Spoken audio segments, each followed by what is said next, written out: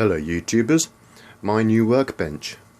It's not quite finished. I have to dig the oscilloscope out of the attic, and I have an ESR meter, but it's gone missing. I don't know where that is.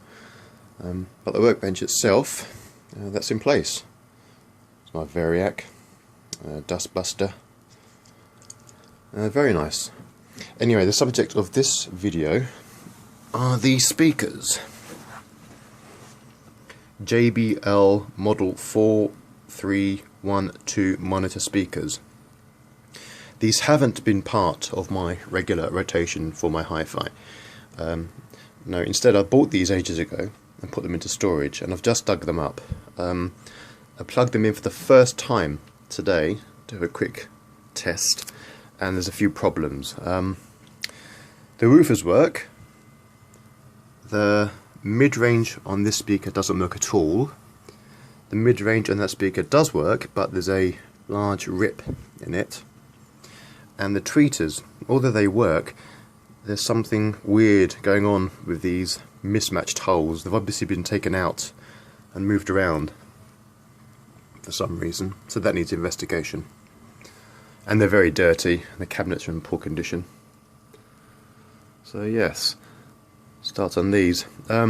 Like some of my previous videos, I'm going to take short clips as I go along, and at the end just stitch them together and see what I come up with.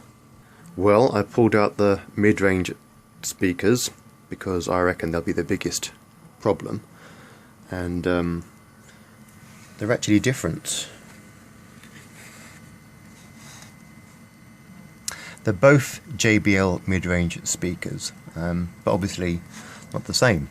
So I did some research to find out which of those two belong to those cabinets, and it turns out it's these ones, or this one, which is a bit of luck because in my spare parts bin I happen to have two more, and these are in very good condition. I picked these up ages ago, and I know they work, so that's a result. I will, at a later stage, make a video showing how this can be repaired, because that is salvageable. This does work, it's ripped and the cone is all pushed in, but I can fix that. So there's a separate video there. But for now, that immediate problem of having mid-range speakers for those cabinets is sorted. So I pulled the tweeters out to find out why the extra holes were here, and I think I know what the problem is.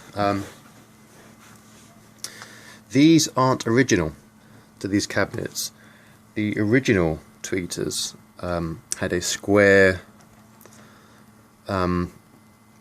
wood mounting with a sponge or foam surround with a very different tweeter speaker.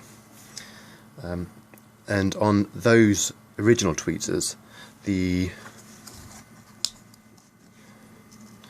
contacts here were opposite, which is why these two recesses are there. The person who replaced them did this so they could squeeze the two contacts which are together on this tweeter into the cabinet. So that seemed to be a big problem. Then I went onto the internet and did some research, and it seems these are very desirable tweeters, also by JBL, found in their L100 range and I think a few others, and people buy these for these cabinets. If they want to replace these tweeters, these ones make very good replacements. They do a modification to the plastic surround. They have to do this removal of part of the edge to make them fit flush and next to the base cone. And that's quite common. The actual structure of the diaphragm confirms that these are original tweeters from the JBL range, and so does a model number on the back. So that is a find. What I thought was a big problem actually isn't. If I sell these, I'll obviously point this out in the listing, but they are original JBL speakers. They are expensive, and I'm not going to try to source the other ones because people use these as replacements anyway. So, job done really. That's the tweeters done. Let's look at those bass units. And that's all the speakers removed from the cabinets. I'm pleased with those. The bass units are lovely items. They're the quality of that.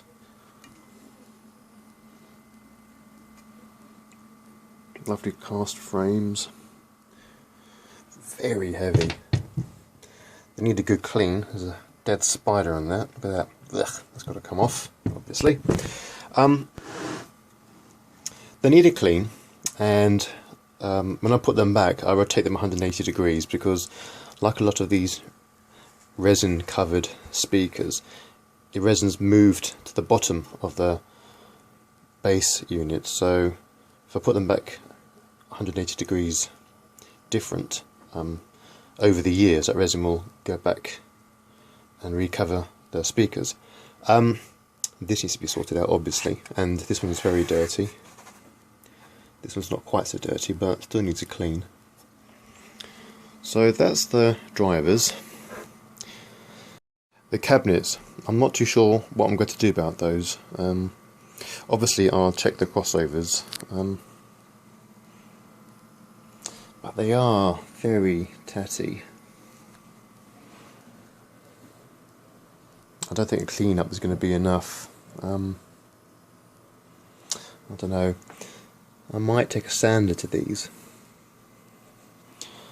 The fronts are dirty, and apart from these small holes, should clean up and be quite presentable. But the rest of the cabinets, I don't know. We shall see. So I had a look at these cabinets to decide what I'm going to do about them, and I found some stickers on the back.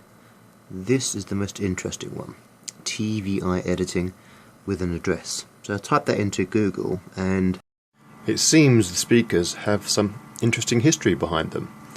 They've been used in TV studios from the mid-60s to the late 80s. If you type in that address, you can have a look for yourself, or you can pause it on YouTube now and have a read. I'm still debating what to do about these speaker cabinets. The stickers on the back have thrown me a little bit. It seems a shame to get rid of all the evidence of these things being in a TV studio. So what I'm going to do is a test with this. I used it quite successfully before on some Cambridge Audio R50 speakers, which are in a previous video.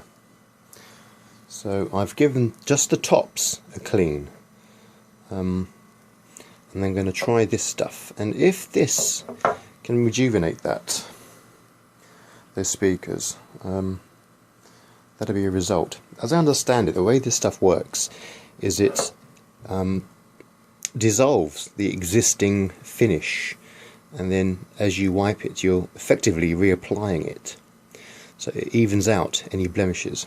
It's not perfect, you will not get a pristine mint finish, but if you're looking to restore speakers or furniture and keep some of the patina, there's definitely something to think about. The speakers themselves, these are done, they test well and are cleaned up. The bass units, I'm currently working on those.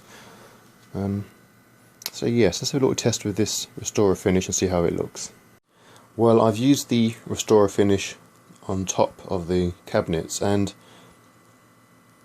I think it's good enough that I'm going to go with that option. Obviously marks like that and chips won't be sorted. But remember, I'm not trying to do a perfect restoration. I'm going to keep the patina of these speakers being in a TV studio. So I think that's good enough. If you look at the sides of the cabinets, which I haven't touched, they look awful. But the tops, yeah. Yep, that's the way I'm going to go. So the next thing to do is clean these thoroughly, and I mean inside and out, front and back, and the tops again as well. I mean, that was just a quick test. So clean the cabinets completely, detergent, water, everything, and then restore finish the cabinets. The front and the back of the cabinets with the black paint, I'm not going to use restore finish on that, but I'm going to clean them. The crossovers are okay, so yeah, onwards.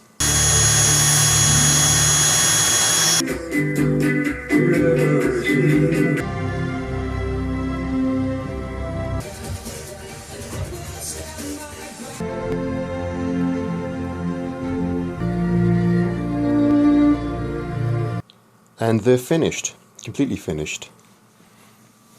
The tweeters are left alone, apart from give them a clean.